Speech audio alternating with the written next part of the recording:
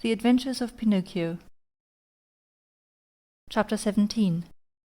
Pinocchio eats sugar, but refuses to take medicine. When the undertakers come for him, he drinks the medicine and feels better. Afterwards he tells a lie, and in punishment his nose grows longer and longer. As soon as the three doctors had left the room, the fairy went to Pinocchio's bed and, touching him on the forehead, noticed that he was burning with fever. She took a glass of water, put a white powder into it, and handing it to the marionette, said lovingly to him, "Drink this, and in a few days you'll be up and well." Pinocchio looked at the glass, made a wry face, and asked in a whining voice, "Is it sweet or bitter?" "It is bitter, but it is good for you." "If it is bitter, I don't want it." "Drink it." "I don't like anything bitter." "Drink it, and I'll give you a lump of sugar to take the bitter taste from your mouth." "Where's the sugar?" "Here it is," said the fairy, taking a lump from a golden sugar bowl.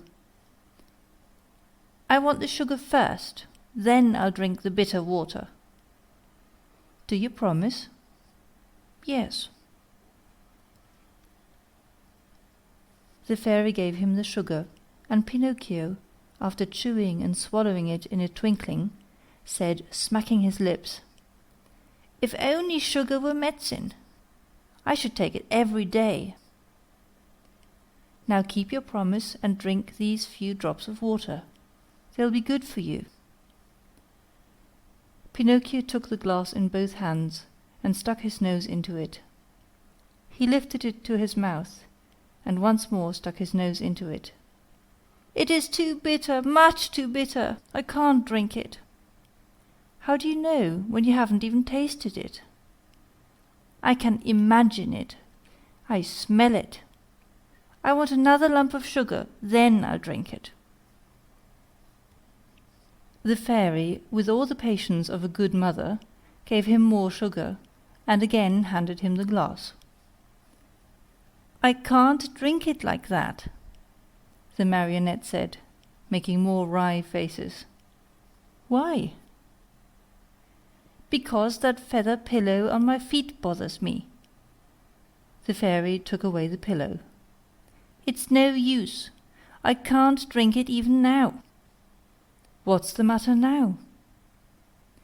"I don't like the way that door looks. It's half open." The fairy closed the door. "I won't drink it!" cried Pinocchio, bursting out crying.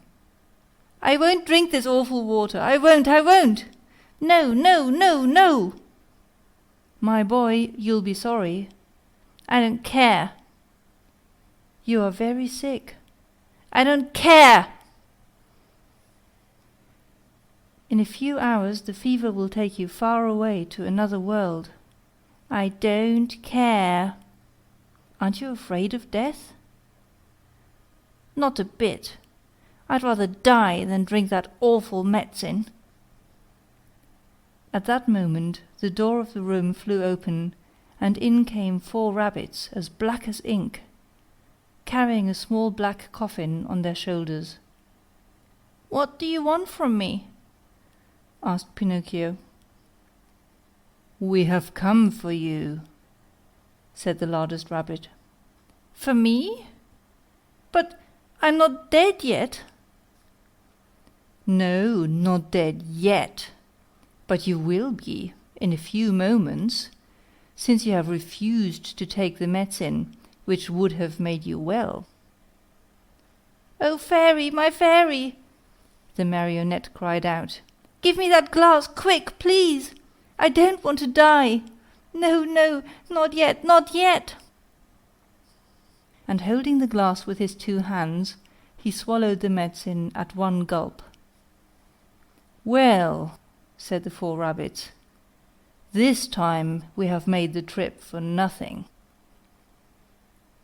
And turning on their heels, they marched solemnly out of the room, carrying their little black coffin and muttering and grumbling between their teeth. In a twinkling Pinocchio felt fine. With one leap he was out of bed and into his clothes. The fairy, seeing him run and jump around the room, gay as a bird on a wing, said to him, "My medicine was good for you after all, wasn't it?" "Good indeed! It has given me new life." "Why then did I have to beg you so hard to make you drink it?" "I'm a boy, you see, and all boys hate medicine more than they do sickness." "What a shame! Boys ought to know, after all, that medicine, taken in time, can save them from much pain, and even from death." "Next time I won't have to be begged so hard. I'll remember those black rabbits with the black coffin on their shoulders, and I'll take the glass and poof! Down it will go. Come here now, and tell me how it came about that you found yourself in the hands of the assassins." "It happened that Fire Eater gave me 5 gold pieces to give to my father, but on the way I met a fox and a cat, who asked me, 'Do you want the 5 pieces to become 2,000?' And I said, 'Yes.' And they said, 'Come with us to the Field of Wonders.' And I said, 'Let's go.' Then they said, 'Let us stop at the Inn of the Red Lobster for dinner, and after midnight we'll set out again.' We ate and went to sleep. When I awoke they were gone, and I started out in the darkness all alone.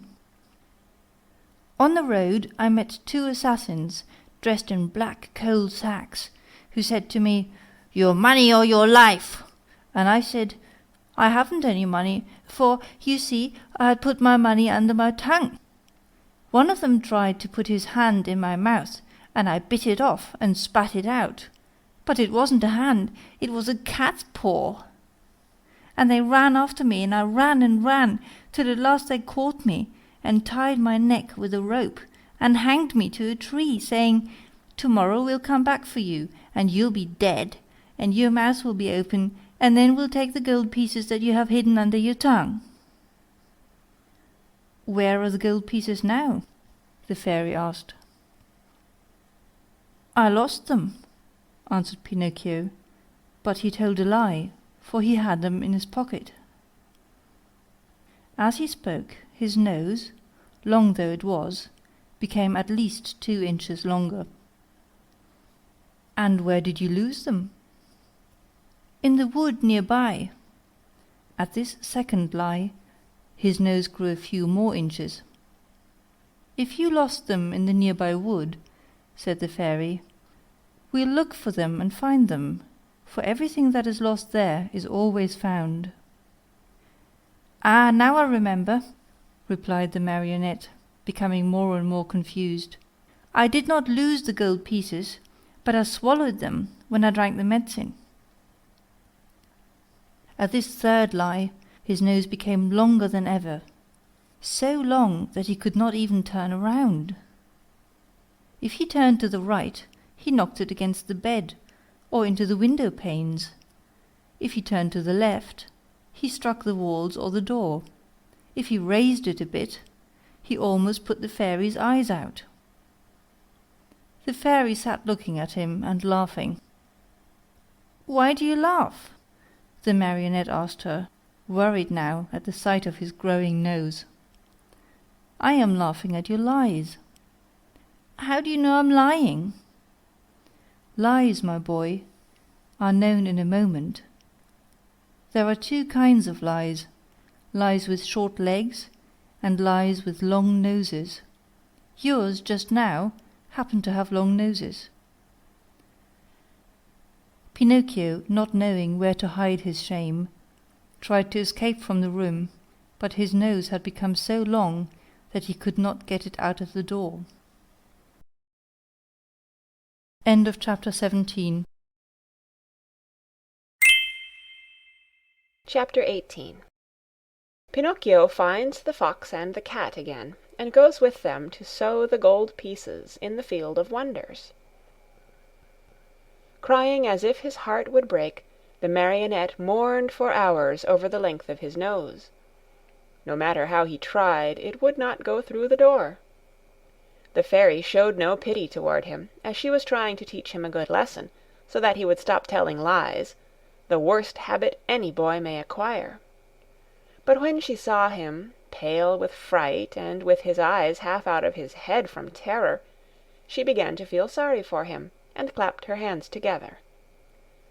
1,000 woodpeckers flew in through the window and settled themselves on Pinocchio's nose. They pecked and pecked so hard at that enormous nose that in a few moments it was the same size as before. "How good you are, my fairy," said Pinocchio, drying his eyes, "and how much I love you." "I love you too," answered the fairy, "and if you wish to stay with me, you may be my little brother, and I'll be your good little sister." "I should like to stay, but what about my poor father?" "I have thought of everything. Your father has been sent for, and before night he will be here."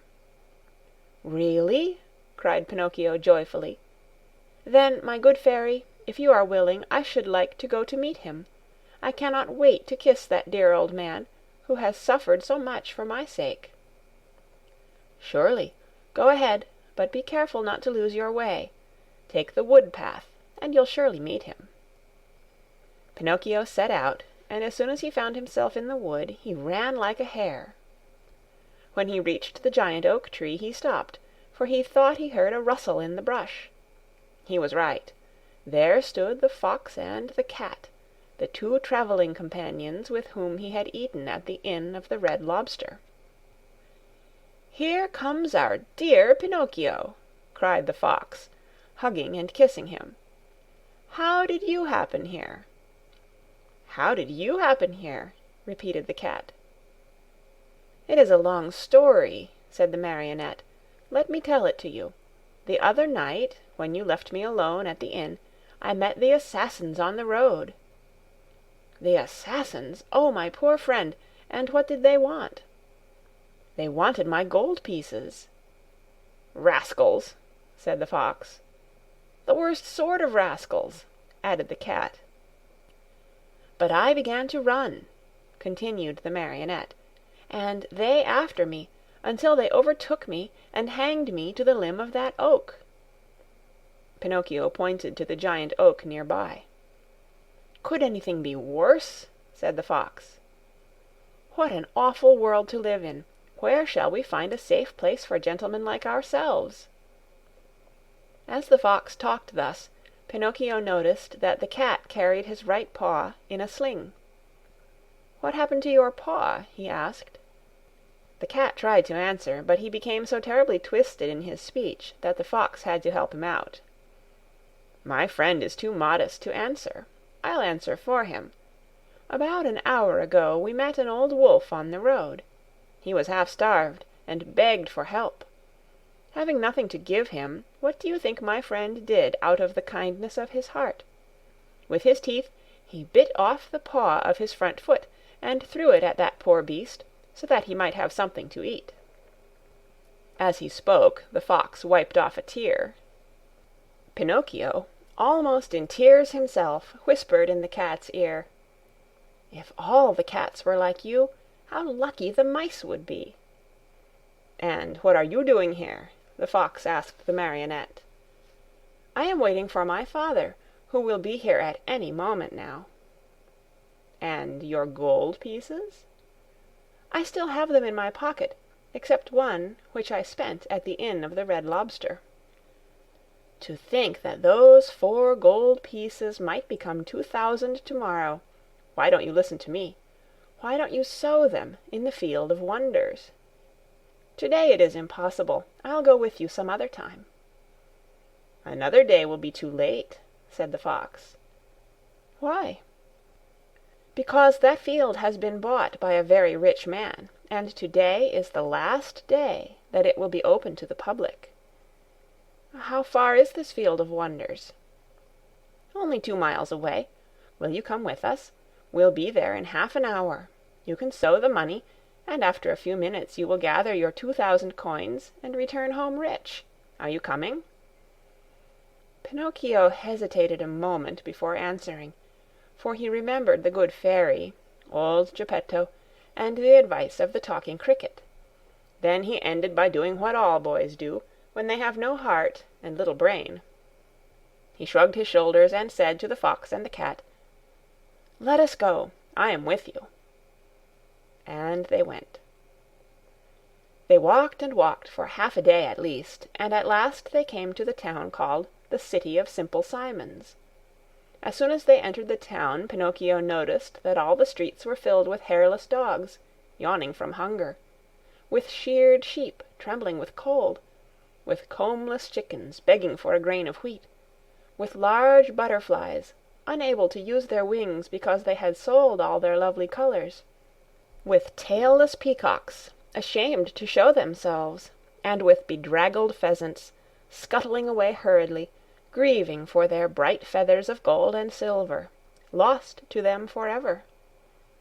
Through this crowd of paupers and beggars a beautiful coach passed now and again. Within it sat either a fox, a hawk, or a vulture. "Where is the Field of Wonders?" asked Pinocchio, growing tired of waiting. "Be patient. It is only a few more steps away."